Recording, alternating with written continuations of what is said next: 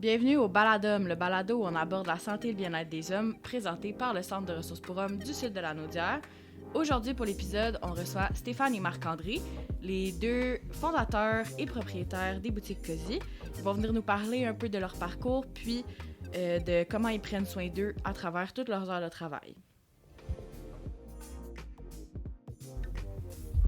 Bienvenue Marc-André. Merci de me recevoir. Bienvenue Stéphane. Salut! Fait que si vous voulez, on pourrait juste commencer un peu par expliquer c'est quoi les boutiques Cozy, puis ça a parti comment tout ça? Les boutiques Cozy, c'est quoi? Mais Cozy, dans le fond, c'est de l'inspiration pour la maison. Ça a débuté il y a quand même 14 ans. Donc, ça a commencé d'un projet que on voulait partir. On avait déjà eu des commerces dans le passé. Puis ce qu'on voulait faire, c'est on avait en tête depuis plusieurs années de repartir un autre genre de commerce. Et c'était dans le domaine de la déco, cadeaux, la maison. Et on a mis le projet en place avec un premier magasin à Terrebonne. Donc, on s'est servi du magasin de Terrebonne comme laboratoire. Fait que donc, on a commencé ça en 2011, Cozy. Fait que donc, c'est né d'un comment je peux dire ça, c'est d'un projet commun avec Lynn. On a impliqué aussi Marc-André. On a impliqué toute la famille dans toutes les décisions, les noms, le nom, trouver le nom et tout. Fait que donc, début 2011. Super. Puis là, aussi la raison pourquoi on vous reçoit les deux aujourd'hui, là, je l'ai dit un peu dans l'introduction, mais toi, Stéphane, tu l'as fondé. Marc-André, aujourd'hui, tu prends la relève. Fait que c'était un peu ça le but, c'était de voir aussi l'intergénérationnalité. Puis là, Stéphane t'a dit qu'ils avaient beaucoup inclus la famille dans la mise en place de Cozy. Puis là, je comprends que vous travaillez tous ensemble. Fait que c'est comment de travailler aussi avec sa famille? Bien, il y a des côtés positifs, puis il y a des côtés négatifs, parce que dans le fond, le travail suit tout le temps. Surtout qu'on est toute la famille.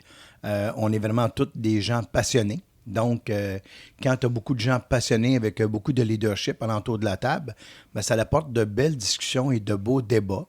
Des fois, donc, quand on fait un souper de famille et qu'on part sur une idée créative, bien, ça peut aller loin. Fait que donc, fait qu'il y a du positif et il y a du négatif. Mais je pense que en fin de compte, il y a plus de positif que de négatif. Puis toi, Marc-André, tu trouves ça comment travailler avec tes parents? Moi, j'apprécie ça. C'est sûr qu'il y a des journées que je me dis, c'est plus difficile parce que la communication, veut pas, c'est pas toujours pareil. Des fois, on dirait que quand on travaille avec les parents, la famille, quand on a des choses à se dire, on oublie des fois qu'on est employé puis qu'on travaille dans une entreprise. Par contre, c'est une chance quand même de pouvoir travailler avec mes parents. Moi, à chaque jour, je peux les voir. On a des belles discussions, puis je garde contact avec eux. Ça me fait un lien privilégié. Puis c'est sûr que, dans le fond, des fois, c'est sûr que la fin de semaine, est-ce que on est toujours dans l'envie de se voir nécessairement? Bon, on se voit beaucoup en semaine, mais on réussit, somme toute, à avoir une belle balance travail, puis aussi famille. Puis dans tout ça, on s'est amélioré à travers les années.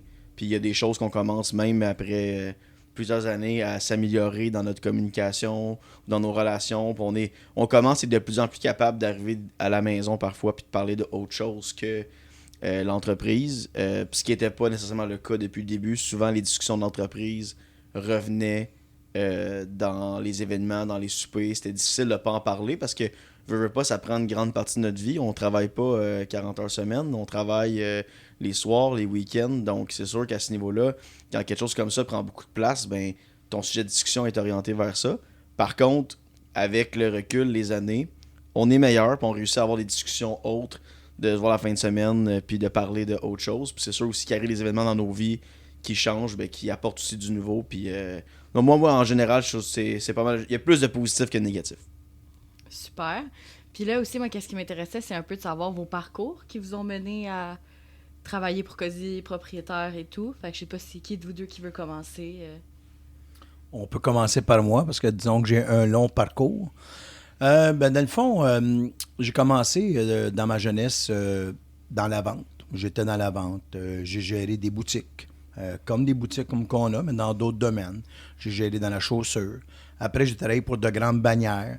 en direction. Fait que donc, j'ai été un petit peu transféré un petit peu partout à travers la province de Québec. Fait que donc, j'ai fait tous les coins du Québec un peu avec les différentes bannières. Et j'ai travaillé donc dans le retail beaucoup d'années, toujours en gestion, en formation ou sur la route comme district manager. Puis j'ai été aussi, fait que donc j'ai été très longtemps, puis j'ai touché à tous les domaines du retail, ce qui m'a donné vraiment de la facilité à comprendre tous les domaines.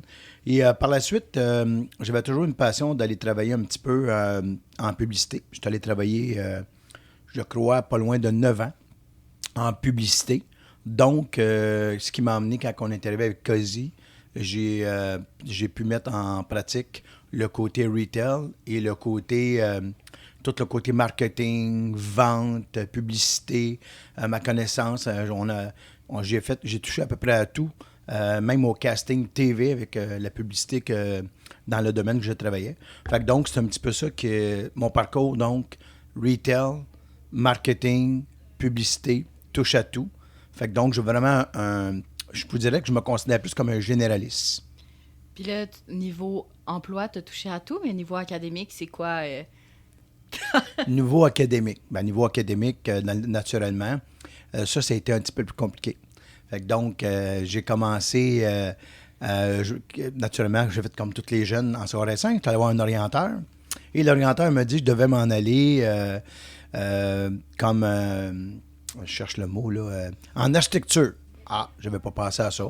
Toute ma famille est manuelle. J'étais manuel. Fait que je suis allé étudier là-dedans. Donc, j'ai pas aimé ça du tout. Mon rêve de jeunesse était de devenir policier. Fait que donc, je suis allé perdre un an au cégep. Fait que donc, un an au cégep, quand tu perds, des fois, ça peut être long. Fait que donc, il y avait beaucoup de 5 à 7 qu'il fallait participer. C'était obligatoire. Fait que donc, après ça, j'ai commencé la technique policière 1 an ou 1 an et demi après mon début au cégep. Quand j'ai commencé la technique policière, j'étais dans mon élément, j'aimais ça, mais à un moment donné, un des profs, il est venu me voir, il dit « Qu'est-ce que tu fais ici? » J'ai dit « J'étudie, je veux devenir policier. » Et là, il dit « Je te verrais beaucoup plus comme enquêteur ou directeur de police, mais il dit comme policier, il dit « Je suis pas sûr que c'est peut-être ton élément. » Puis surtout dans ce temps-là, quand tu rentrais supposément dans SQ, mettons, comme moi je voulais aller, tu faisais 7 ans ou 8 ans de patrouille sur l'autoroute à donner des tickets avant, puis tu promenais partout avant de pouvoir accéder à un poste supérieur. Fait que donc, il m'avait un petit peu, pas démotivé, mais ouvert les yeux. Puis en même temps, je travaillais dans la vente. Puis j'adorais ça. Le commerce au détail, là, j'étais dedans. Peu importe le poste que je faisais dans le commerce de détail, j'étais vraiment allumé. Fait que je me suis réorienté vers le commerce au détail. Puis quand j'ai voulu travailler pour une compagnie, la compagnie, dans le fond, la baie du Tisson, qui était Zellers dans le temps, ils prenaient personne qui n'avait pas de certificat. Et moi, naturellement, étant donné que j'avais fait du cégep, mais pas terminé aucun. J'avais été 3 ans au cégep, mais rien de terminé. Fait que il a fallu que je retourne aux études pour faire un certificat marketing pour pouvoir être admis en entrevue. Donc, j'ai fait comme un certificat aux adultes. Là. C'était un certificat marketing adulte. Puis là, je suis allé passer les entrevues et j'ai été pris pour la compagnie Zellers. Et par la suite, j'ai toujours cheminé là-dedans. J'ai eu beaucoup de formation à l'interne. Puis j'ai même été formateur pour une compagnie pendant 1 an de temps. Je formais tous les dirigeants de l'entreprise qui rentraient. Donc, j'ai fini, j'ai peut-être pas terminé tous les cours, mais j'ai fini professeur. Fait que c'était ça mon parcours. Merci. Puis toi, Marc-André? Moi, dans le fond, mon parcours a été quand même similaire à certains points, puis différent en même temps. Moi, j'ai toujours été animé par la techno. Fait qu'au départ, moi, j'étais parti pour m'en aller en informatique, programmeur ou quelque chose comme ça. Ça m'a toujours animé. Je me suis rendu compte, par exemple, près de du cégep, que peut-être l'informatique, c'était plus une passion qu'un métier. J'ai été, dans le fond, à l'école au CFP des Riverains, là, où je faisais un DEC, un DEP, puis un diplôme d'études secondaires en 5 ans, tout mélangé ensemble. Finalement, j'ai fini mon DEP quand même. Fait que j'ai un DEP en soutien informatique, mais j'ai quitté. Puis un petit peu ce qui m'a fait réaliser que c'est un autre domaine qui m'intéressait. J'ai travaillé pendant plusieurs années, dans le fond, pour une grande bannière de quincaillerie au Québec. Puis j'étais en vente. Puis c'est niaiseux, mais je vendais des tondeuses, je vendais des barbecues, puis etc. Mais je me rendais compte que ça m'animait vraiment, puis j'aimais la relation avec les gens, puis j'aimais beaucoup, beaucoup la vente. Puis la vente, c'est un peu niaiseux, c'est ça s'apprend plus ou moins. C'est des fois, on dirait c'est tu l'as ou tu l'as pas. Puis j'aimais ça, avoir des relations avec les gens, même si les gens qui étaient inconnus, de pouvoir parler avec eux, de comprendre leurs besoins, des conseiller, de développer une petite relation à court terme. C'est un peu un genre de petit speed dating vraiment là, sur le plancher. Puis j'adorais ça. Puis j'aime encore ça aujourd'hui quand je vais en magasin. J'adore vendre sur le plancher. Fait que finalement, j'ai décidé d'aller en gestion. Fait que j'ai fait un deck en gestion de commerce à Yannelle-Groux, à Sainte-Thérèse. Puis ensuite, je me suis orienté vraiment à l'université. J'ai un bac en administration des affaires, option marketing. Puis j'ai commencé aussi la maîtrise en marketing. Puis je souhaitais vraiment la terminer. Puis à un moment donné, dans un de mes cours, un de mes profs, il m'a rencontré après le cours. Puis il m'a demandé, il dit Marc-André, il dit t'es-tu au bon endroit? J'ai dit je pense que oui, parce que je veux faire une maîtrise, je veux continuer. Il m'a dit écoute, il dit je te regarde aller, puis t'es mon pire étudiant en théorie, mais t'es mon meilleur étudiant que j'ai vu en pratique. Chaque fois qu'on apprend quelque chose, on t'apprend quelque chose, tu cherches toujours à savoir dans la réalité comment ça s'applique. Il dit, je pense qu'on est trop dans la théorie ici pour toi. Tu perds ton temps, tu devrais être sur le marché du travail puis travailler pour les entreprises parce que tu l'as. Fait que finalement, j'ai décidé d'abandonner ma maîtrise puis d'aller sur le marché du travail. Puis comment en fait j'ai fait le pont puis j'ai sauté dans COSI. J'ai toujours travaillé dans COSI officieusement. Fait que j'ai aidé mes parents dans le développement des designs, les logos, le premier site web. Moi, j'ai une grande passion pour tout ce qui est multimédia. Fait que je fais beaucoup de graphisme. Puis, à un moment donné, je suis arrivé dans un point tournant où l'endroit où je travaillais avait l'intention de me développer pour devenir directeur adjoint puis directeur de magasin. Puis, c'est un programme, dans le fond, qui est comme un peu sur le moyen long terme. Puis, quand tu embarques là-dedans, c'est sûr que c'est comme un petit engagement que tu fais avec l'employeur. Puis, moi, ma parole, c'est important. Si j'embarquais là-dedans, je voulais rester là puis aller plus loin puis voir jusqu'où je peux aller. Puis à un moment donné, j'ai eu la discussion avec mon père, Stéphane. Puis j'ai dit, là, écoute, ils veulent m'embarquer dans un programme comme ça pour devenir directeur adjoint, potentiellement directeur. Puis là, il dit, OK, Marc-André, il dit, là, je pense que c'est le temps. On a de la place pour ton entreprise. Donne ta démission, viens nous aider. Puis au final, à l'été, un mois de mai, j'ai donné ma démission. J'ai quitté mon emploi que j'étais depuis 7 ans. Puis j'ai été, dans le fond, aider la famille. Puis au final, j'ai juste eu 2 emplois. Donc, j'ai eu cet emploi-là et je travaille chez COSI là, depuis plusieurs années. Là. Puis chez COSI, ça a été quoi l'évolution de tes postes que tu as eu? Je suis rentré là comme un peu... mon poste, au début, je sais même pas c'était quoi le titre. Parce que, disons que le titre chez COSI, au départ, c'était tellement familial, on est tellement impliqué à tous les niveaux qu'on a un poste, mais en réalité, on touche un petit peu à tout. Mais j'ai commencé dans le fond vraiment comme au marketing. Fait que je m'occupais vraiment de faire les graphismes encore. On avait une directrice marketing à ce moment-là. Après ça, il y a eu le départ de la directrice marketing. Je suis tombé responsable marketing. J'étais la seule personne qui était en charge du département. J'avais une personne sous ma charge. Puis ensuite de ça, avec l'évolution, aujourd'hui, je suis rendu directeur marketing. Donc là, j'ai 5 personnes sous mon aile. Puis, tu sais, dans le fond, nous, on a fait un petit peu la décision. Là, tu sais, je suis officiellement directeur marketing, c'est mon titre, parce que c'est la position dans l'entreprise présentement que je pense que c'est là que c'est le plus payant que j'occupe. Mais techniquement, on pourrait dire aujourd'hui que je suis un petit peu aussi en charge de la direction d'entreprise avec Stéphane. Je m'occupe un peu à tous les niveaux, la supervision des magasins, mettons de la construction, tout ça. Fait que je suis un petit peu un directeur marketing pour l'instant atypique, mais mon évolution, c'est pas mal ça. Ça s'est fait sur environ 5-6 ans. Puis une affaire qui est importante, puis ça, c'est mon père qui me l'a toujours dit. Il m'a dit l'important, c'est pas le titre, c'est comment que les gens te perçoivent.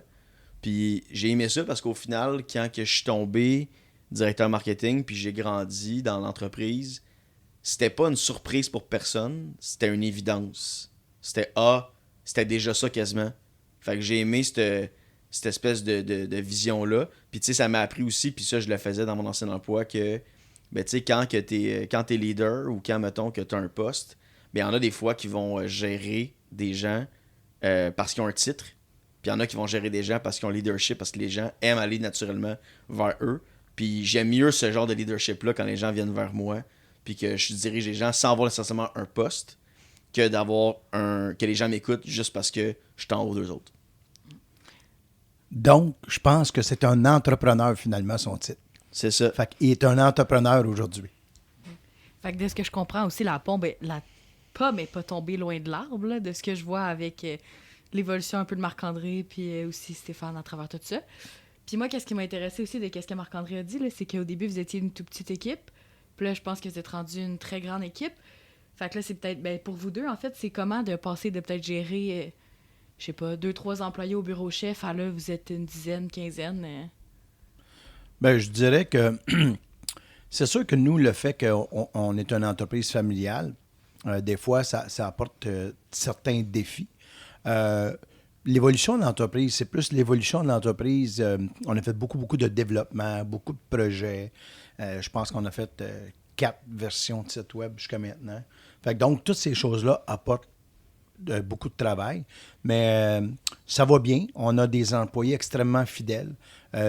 C'est drôle à dire. Tous les gens qu'on a engagés au bureau, en majorité, sont là depuis le début. Fait que donc, on a ouvert un poste, les personnes rentraient, sont encore là aujourd'hui. On a ouvert un autre poste, sont encore là. Fait que c'est tous des gens qui ont grandi avec nous. On croit beaucoup à l'apprentissage direct sur le plancher, directement relié au poste. Fait que donc, c'est un petit peu ce qui est, dans le fond, dans mon cas, moi, là, un genre d'autodidacte qui apprend et non...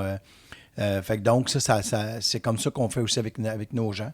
Fait que donc, Marc-André supporte toute l'équipe marketing, puis il apporte les connaissances, eux, ils apportent leurs connaissances, puis c'est comme ça qu'on a grandi tous ensemble. Fait que dans l'ensemble, ça va bien, mais c'est sûr que c'est comme toute entreprise qui est en progression, puis qui est beaucoup en mouvement, mais c'est là que ça apporte les défis.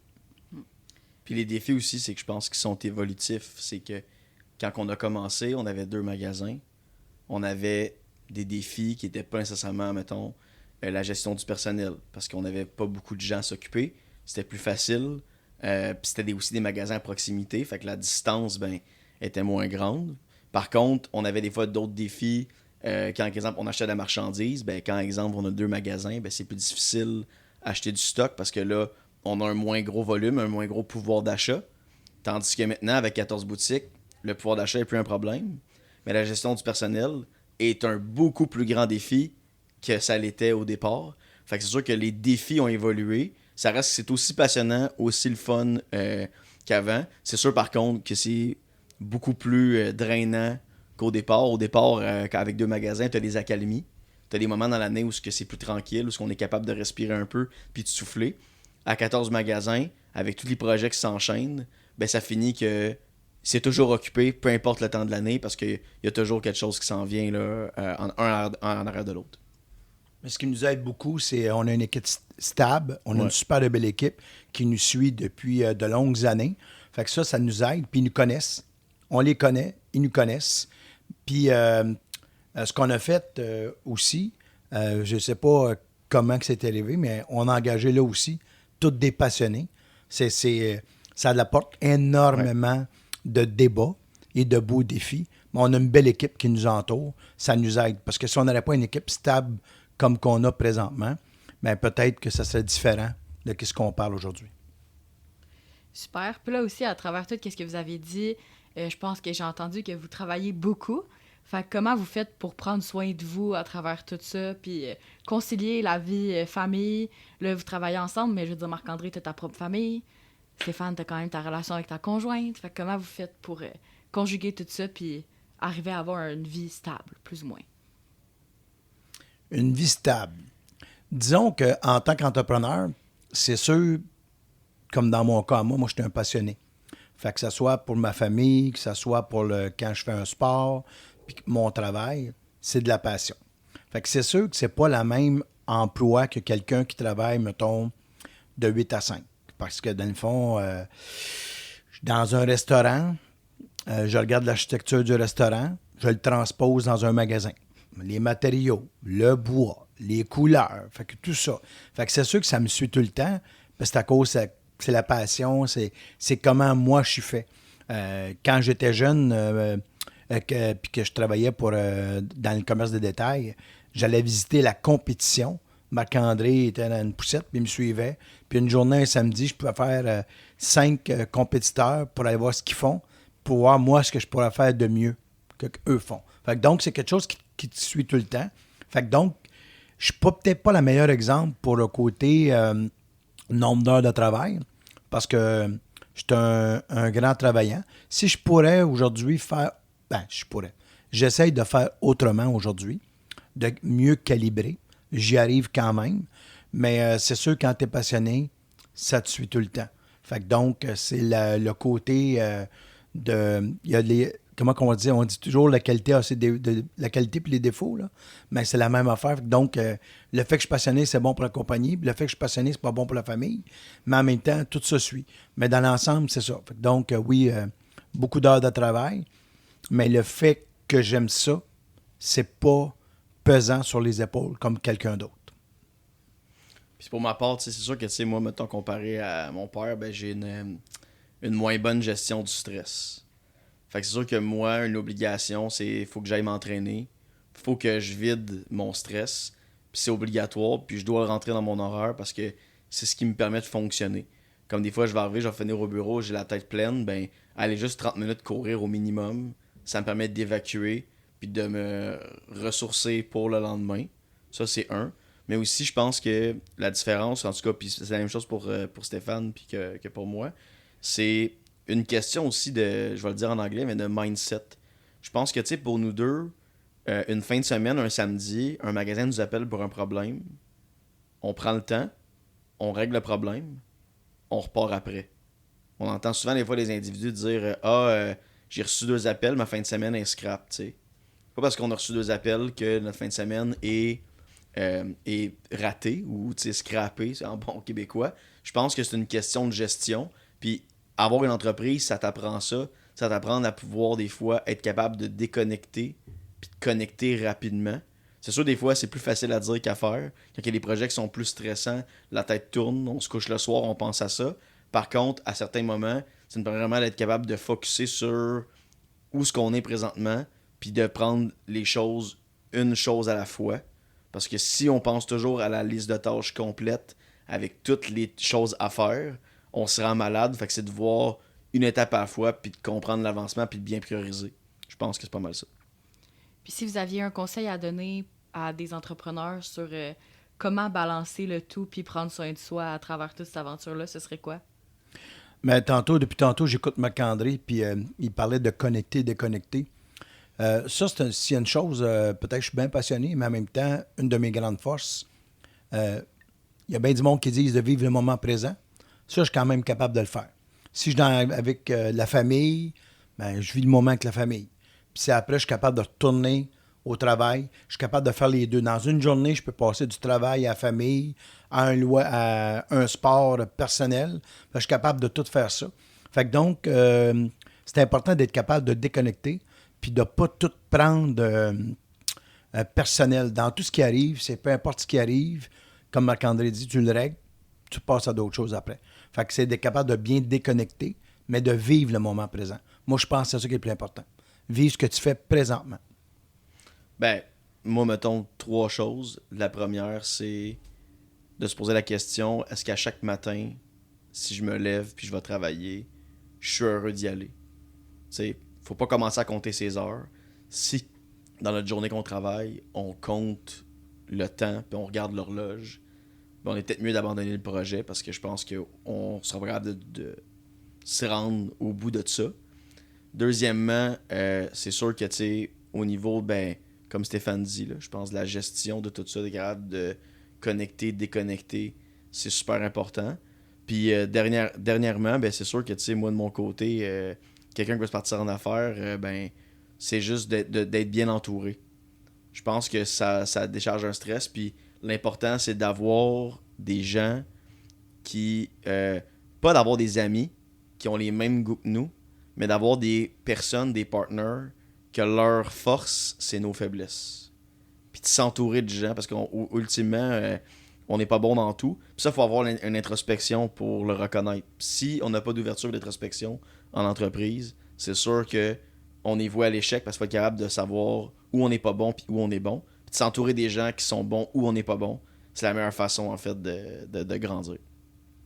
Ben super, merci beaucoup à vous deux de vous être prêtés au jeu du Baladum aujourd'hui. C'était super le fun de vous recevoir, puis je suis sûre que tout le monde va être super content d'écouter votre histoire puis votre parcours. Ben, merci pour l'invitation. Merci beaucoup pour l'invitation. Que si vous êtes un homme ou vous êtes un partenaire ou vous êtes quelqu'un qui connaissait quelqu'un qui serait intéressé, ben vous pouvez toujours nous rejoindre. Puis pour toute demande d'aide ou nous parler, il y a plusieurs moyens de le faire. D'abord, il y a notre site web qui est aidhomme.com, notre page Facebook, notre Instagram, Centre de ressources pour hommes du sud de la Naudière. Sinon, vous pouvez toujours nous rejoindre au 450-961-1241 ou encore au 438-529-2205. Puis sur ce, je vous dis à la prochaine! À la prochaine!